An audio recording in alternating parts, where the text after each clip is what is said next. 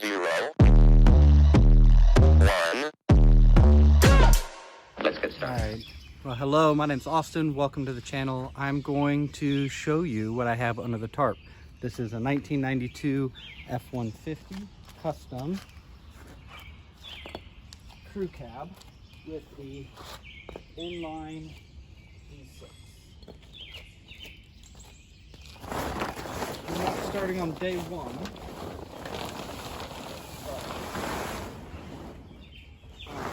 I don't know if you ever had a project that you've gotten into and then just figured out it's going to be a lot more work.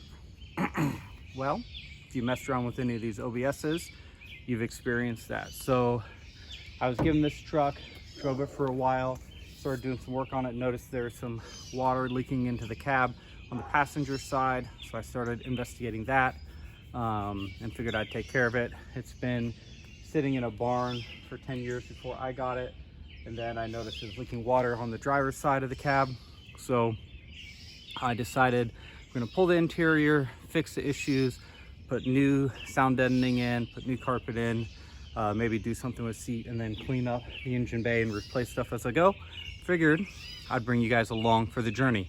As that started, as you can see, I took off the driver's side fender here because the seam seal has started to come away, and actually water running through here in this pinhole at the seams and coming down the seam here and then running into the cab right here, causing water to drain into the cab.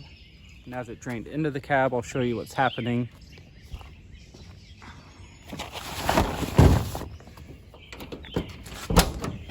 The water has come through here and rested this out, and it's actually coming down up in this corner here and then running down, and you can see the seam seal here has started to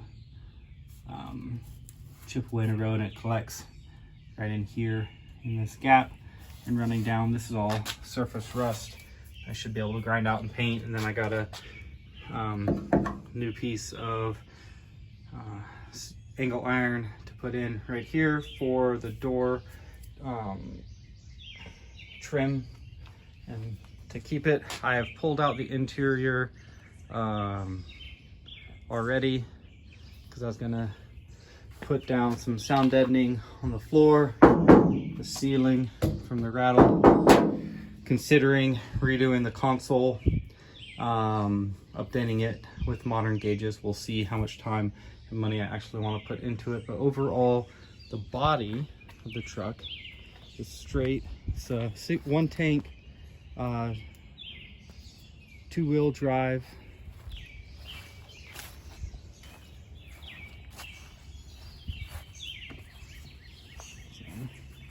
Tailgate has one small dent here. Other than that, the body's fairly straight on the truck. Little right here, no rust in the rocker panels or the cab corners. Little dents here, but you can look underneath in the wheel wells where we normally see a lot of rust. Actually none. So truck is really clean. Really thankful for that. But it needs a lot of work and updating. So let's open up the hood and see what we got, and I'll take you along my journey.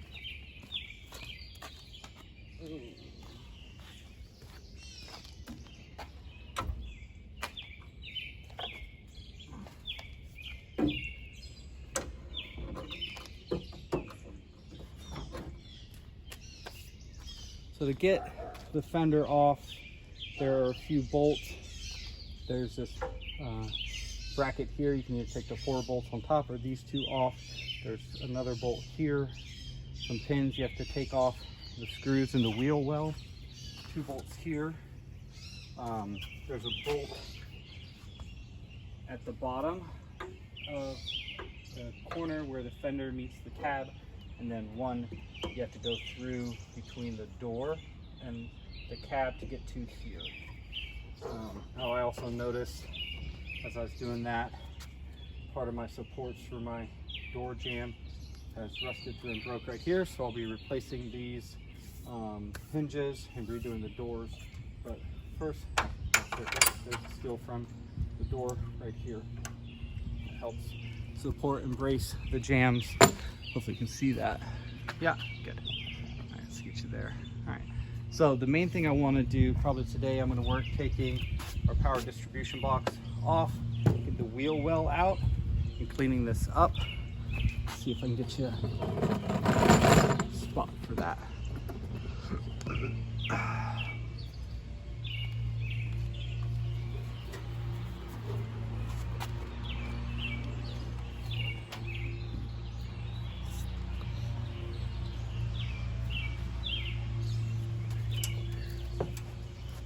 Get some tools. All right, so first thing I'm going to do is try and get everything unplugged and disconnected. There are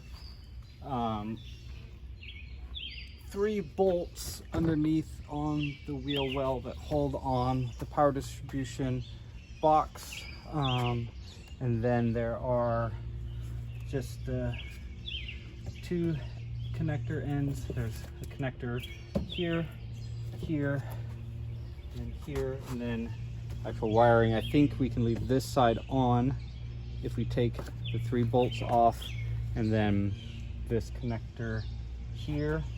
So just we should be able to just disconnect from here, and then take the bolts out, which would allow us then to get the wheel well out. Let's go from there. This looks like a single.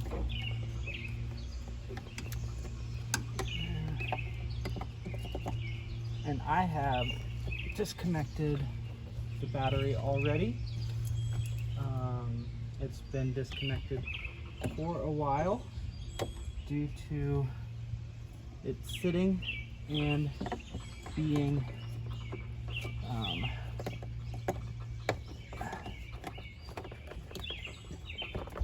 some of the other work I was doing with taking out the interior.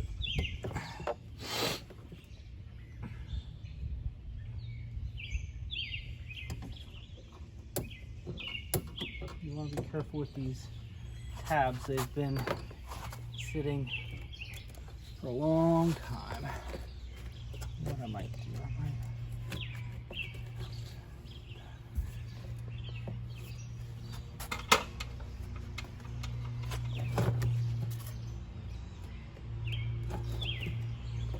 just clip that in there.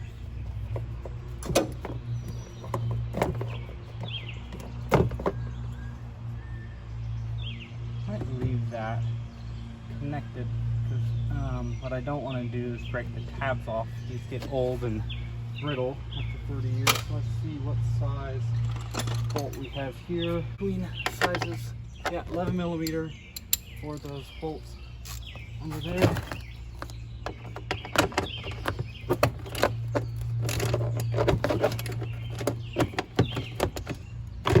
Maybe.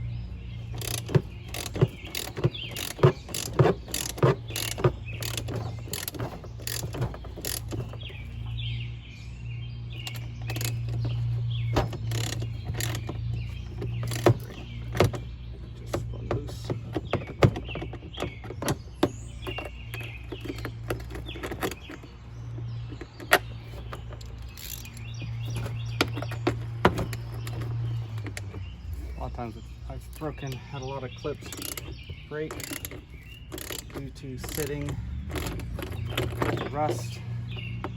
Even the metal clips for the front grille have broke on this.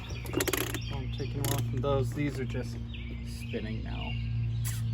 How's that going to work?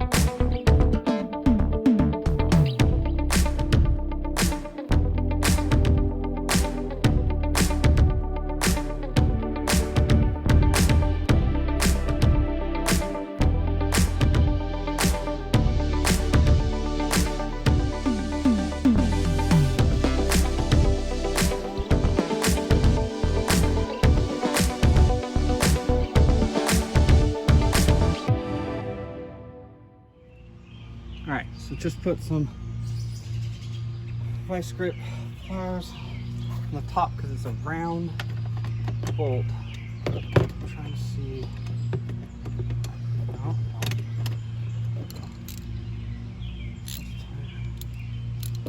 We can get it on here.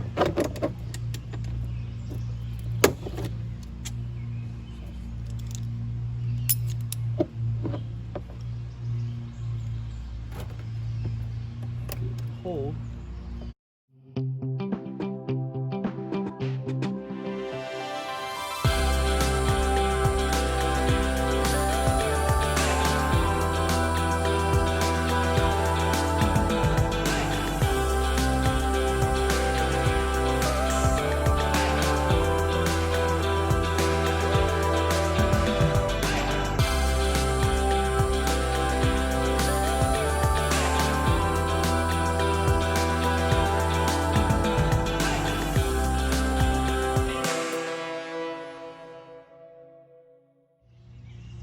All right, so keep looking at them, see if I can get this box off to get closer to those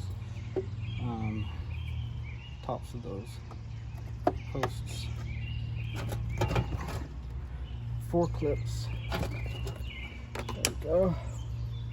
You have to get them there. That side. Same thing on the other side.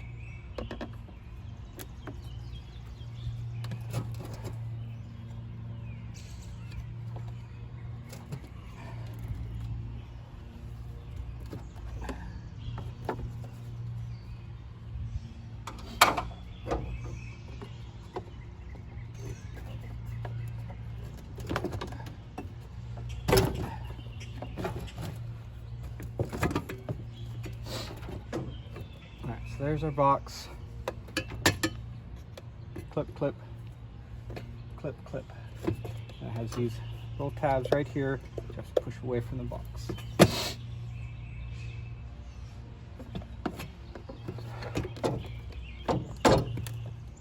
Problem is with doing this, these are just spinning. So there's 1, 2, 3 plastic, and then there's a bolt washer on the bottom, but because it's sat and got salt and rust, it's not wanting to come out. So now I gotta figure out maybe if we can put a channel lock on the top and get it in there. A little bit better now. If I scrape on there, get it hooked. A little bit more. Penetrating oil on there, let it sit while we're working on them. It's gonna help.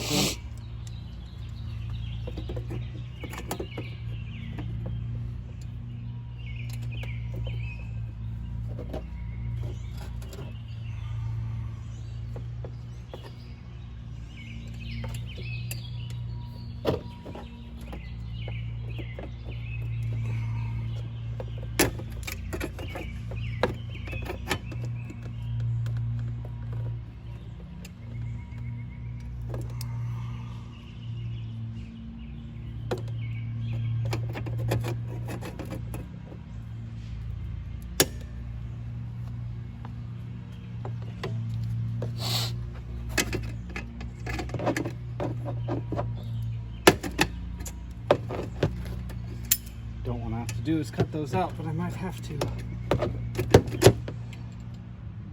Question is, cut them out, I guess, from the bottom. Grinder and cutter wheel. Lift this up, cut it out from the bottom. All good. Replace. Planning on probably replacing most of the hardware as I go, anyways. And this is what you run into. You try and do something, take the part that I'm supposed to, and it doesn't work, so you go to the next option. All right, so we can go there. I got my eye protection. Put this in. Down there with you and see what we can get.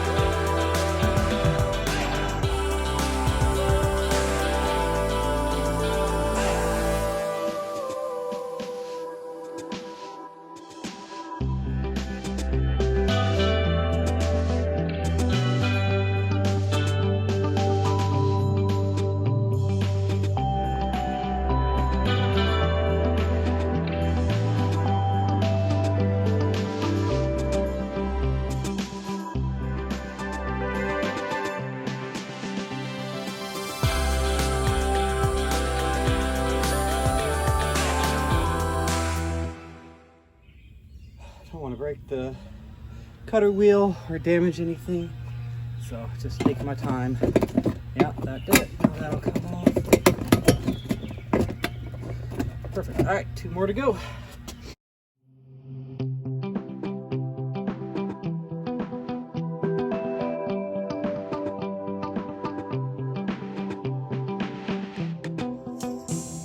All right, to show you, I got that. I couldn't quite, because of where the sparks were going, show you the last bolt because it was shooting right on the camera where I had it. So I wanted to protect that, but those got that out.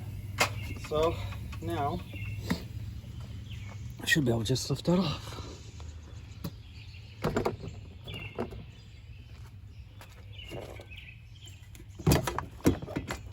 All right. And here,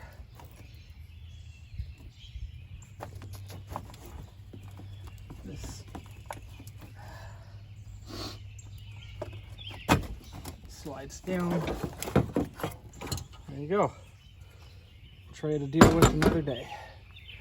Now, get this out. I got 1 bolt there, and then 1 bolt there. And these, most of these bolts are either 8mm or 5/16.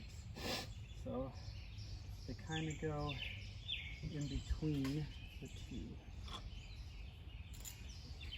Let's see what this one is here. So the one I need to get is right there. In the back.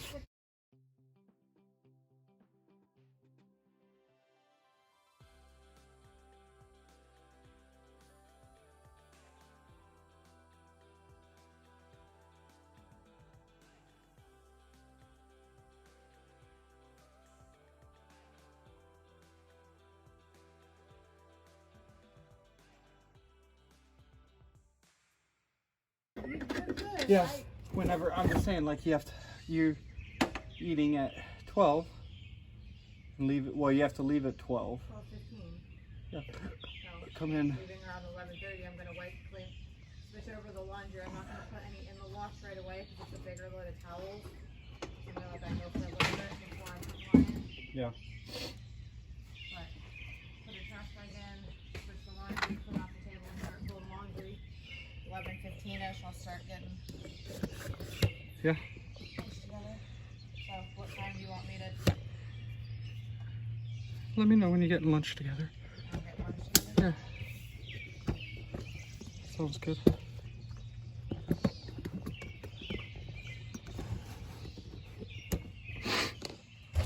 All right, so the one that I have the most issue with, seal, get it here in a second,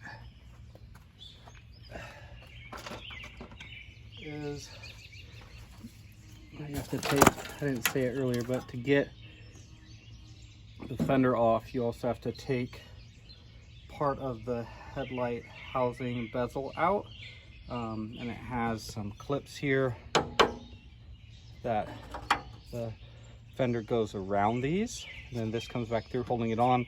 So you have to take your blinker and hazards off to be able to get to it. But what I found is these metal clips. This one's intact right here. You can see that one. Right, so that clips on. And what happened for me on a couple spots on this, get this much of this junk out of here, is it broke. So now, when I put the ratchet on there, it just spins. I'll show you that, what I've been trying to do. And let's see if I can get it actually off now that I have a little more room to access it. So come underneath, get your 8mm socket, and as you put it on, right, find that and spin it. That's supposed to be held by the bottom half of the clip right here, but it broke off. Just time, rust, and erosion, and then this bolt is pretty rusty on there. See if you can't get a little more. Have to break that free and help me out. So, about the only thing I can think is to get the channel locks, which I have been doing before on here, and try to mimic it.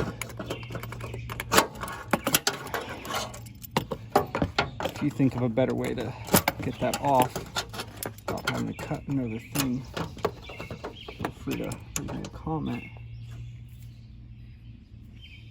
I'm sure I will have more of these break off in the future. I might work to try and brace them when I can, but they just snap and you don't even really good chance. They start moving and then they lock up, so you almost don't even get a warning beforehand. All right, so there.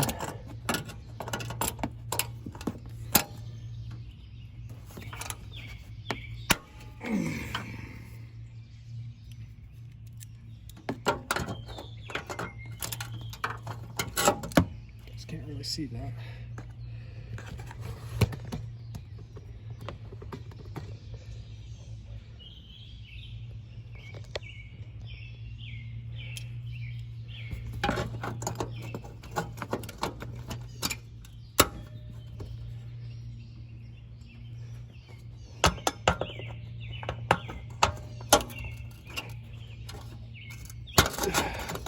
Not so problem.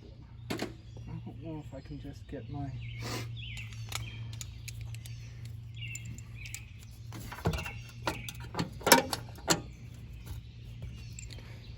little plier on there.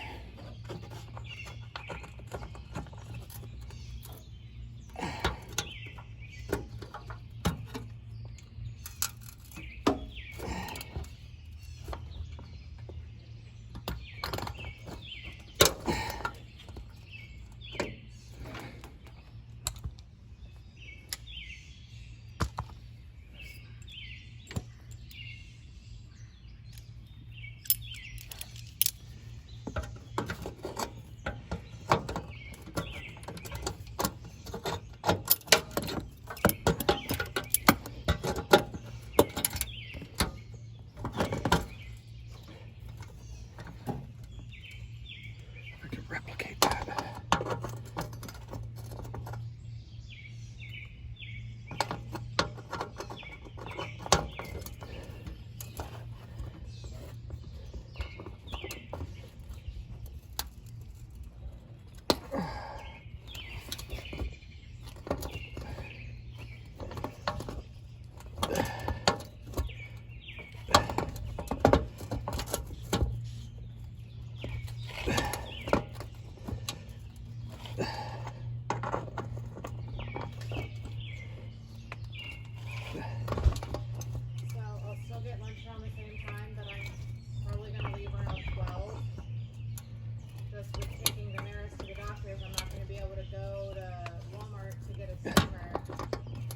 Yeah.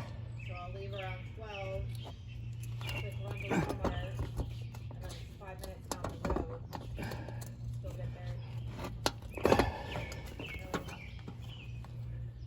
that okay? Yep. Is that working? So I had to get one part of the channel grip down into the clip hole and the other on here, and that braces it from spinning off. Because it was just clipping off of that. This is pulled up just enough to do that. So I take this, stick it in the hole, and then onto the edge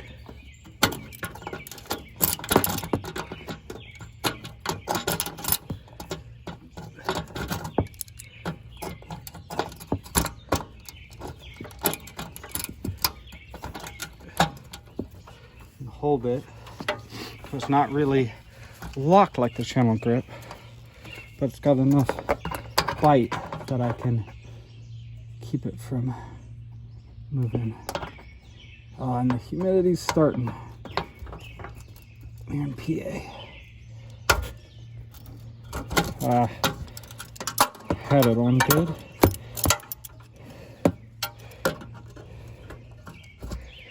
Oh, I wonder if, oh, that would be it. I can get it there and clamped. That would be perfect. All right.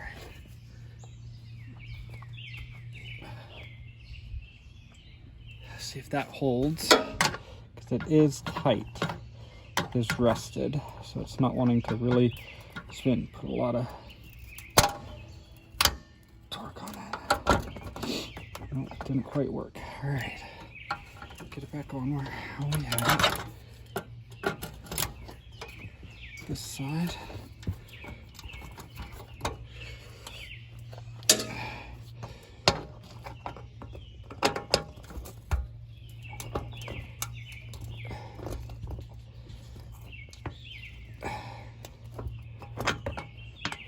That's holding. At least I have to hold it down on that clip. I'm using it more like a wrench than a ratchet right now. Oh, almost there. Yeah. Oh, look at that. So you can see here, here's some more of those clips and how rusted they are. So if I was gonna have to take these off to get this support arm for the coolant and windshield wiper fluid housing off, I might try and soak those, but more than likely, because they're so rusted, they're gonna break. So I'm not sure how to do that, because I might take that off, clean it up, repaint it, try and get as much clean and rust off as I can when I can. But there you go. Here's what that 8mm bolt looks like. They got a big metal washer on it. It goes up right through there. And the wide washer helps hold the plastic on, and they did that. You have wide holes on there. So now we should, here's the other end, back end of that clip. Sits on the bottom, bolt goes through it. What we should be able to do is slide this out.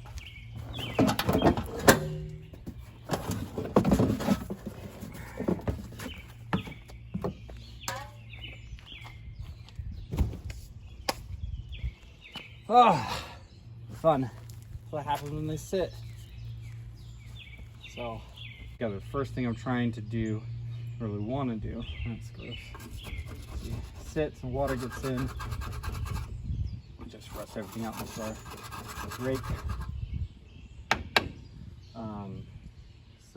Solenoid. I want to get through to be able to access all this, clean it all up. You can see it just peels off now. So, going through,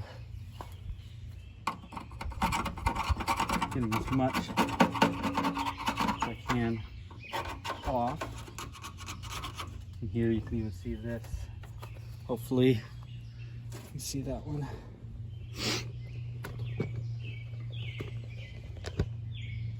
Yeah, let's get you down a little bit. All right, so here, this could be our culprit, actually, one of them. All that rubber has deteriorated, brittle, gotten wet over the years. So take that off, get in here as much as we can, get all this seam sealer out where we can, reapply. I'll have a video of that when we get to it, but that was my main. I'm gonna do this on both sides. So first video, I wanted to show you guys where I was at it, where I started. I tried a couple things already to stop some leaks. It didn't work for coming in the cab. I came in to the cowl here, and you can see there's some drip of the